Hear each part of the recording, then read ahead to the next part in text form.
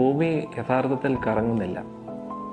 ഭൂമി സ്റ്റേബിളായിട്ട് നിൽക്കുകയാണ്. ഭൂമി കുറച്ച് ചരിഞ്ഞാണ് ഇരിക്കുന്നത്. ചരിഞ്ഞിരിക്കുന്നു പറഞ്ഞാൽ നമുക്കതറിയത്തില്ല.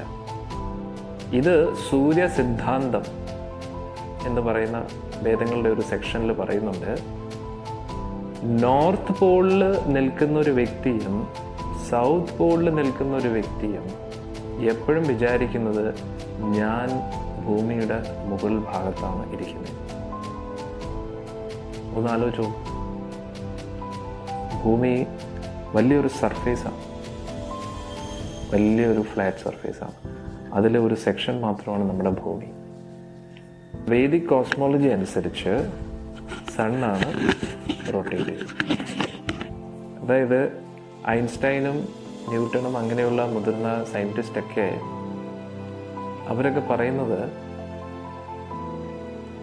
ഈ ഭൂമിയുടെ സ്ട്രക്ചർ പഠിക്കണമെങ്കിൽ, ഗ്രഹവ്യൂഹങ്ങളും നക്ഷത്രങ്ങളെയൊക്കെ പഠിക്കണമെങ്കിൽ രണ്ട് രീതിയിലേ നമുക്ക് പഠിക്കാൻ പറ്റും. ഒന്നീ ഹേലിയോസെൻട്രിക് മോഡൽ അല്ലെങ്കിൽ ജിയോസെൻട്രിക് മോഡൽ. ഹേലിയോസെൻട്രിക് മോഡൽ എന്ന് പറഞ്ഞു കഴിഞ്ഞാൽ സൂര്യൻ നിശ്ചലമായിട്ട് നിൽക്കുന്നു, മറ്റ് ഗ്രഹവ്യൂഹങ്ങളൊക്കെ സൂര്യനെ ചുറ്റും. അതാണ് നമ്മളിപ്പോൾ പഠിച്ചത് സ്കൂളിൽ, കോളേജുകളിൽ. ജിയോസെൻട്രിക് മോഡൽ എന്ന് പറഞ്ഞു കഴിഞ്ഞാൽ ഭൂമി നിശ്ചലമായി നിന്നുകൊണ്ട് സൂര്യൻ ഭൂമിയെ ചുറ്റുന്നു. ഈ രണ്ട് മോഡലിൽ നിന്നും ഏത് മോഡൽ സ്വീകരിച്ചാലും നമുക്ക് ഈ ഒരു എർത്തിൻ്റെയും ഈ എന്താ പറയുന്നത് നാച്ചുറൽ ഫെനോമിന എല്ലാം പ്രെഡിക്റ്റ് ചെയ്യാൻ പറ്റുമെന്നാണ് പറയുന്നത്. പ്രകൃതിപരമായിട്ട് വരുന്ന കാലാവസ്ഥ, ചന്ദ്രൻ്റെ മാറ്റങ്ങൾ, പിന്നെ ദിവസം, നക്ഷത്രങ്ങൾ, ഇതിൻ്റെയൊക്കെ ഇതൊക്കെ നമുക്ക് മനസ്സിലാക്കാൻ പറ്റുമെന്നാണ് സയൻറ്റിഫിക് കമ്മ്യൂണിറ്റി പറയുന്നത്. ഹേലിയോസെൻട്രിക് മോഡൽ കറക്റ്റ് മെത്തേഡ് അല്ല ഇതിനെ പഠിക്കാനുള്ളത്. അത് കാലക്രമേണ അങ്ങനെ ആയിപ്പോയതാണ്. പ്രശ്നം എന്താണെന്ന് വെച്ച് കഴിഞ്ഞാൽ നമ്മുടെ ഇന്ദ്രിയങ്ങളെല്ലാം അപൂർണമാണ്. ഹയർ ഡയമെൻഷണൽ കാര്യങ്ങൾ നമുക്ക് ഇത് വെച്ച് ഒരിക്കലും കാണാൻ പറ്റത്തില്ല. കോടിക്കണക്കിന് വിലയുള്ള ടെലിസ്കോപ്പാണ് യൂസ് ചെയ്യുന്നതെങ്കിലും നോക്കുന്നത് നമ്മുടെ കണ്ണു വെച്ചല്ലേ.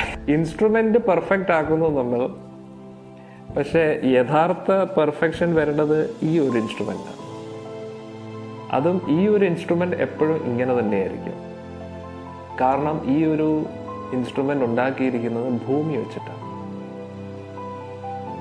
അതുകൊണ്ട് ഈ ഒരു ഭൂമി വെച്ചിട്ടുള്ള ഈ ഒരു വസ്തുവിന് ഭൂമിയിലുള്ള കാര്യങ്ങൾ മാത്രമേ കാണാൻ പറ്റൂ. ലിമിറ്റേഷൻസ് നമ്മുടെ ഇന്ദ്രിയങ്ങൾക്കാണ്. ആത്മാവിന് ലിമിറ്റേഷൻസ് ഇല്ല. ആത്മാവിന് എല്ലാ ലിമിറ്റേഷൻസിനെയും ക്രോസ് ചെയ്യാൻ പറ്റും. അതുകൊണ്ടാണ് നമ്മൾ ധ്യാനത്തിലൂടെ ആ ലിമിറ്റേഷൻസിനെ ക്രോസ് ചെയ്ത് പരമസത്യത്തെ അറിയാൻ ശ്രമിക്കുന്നത്.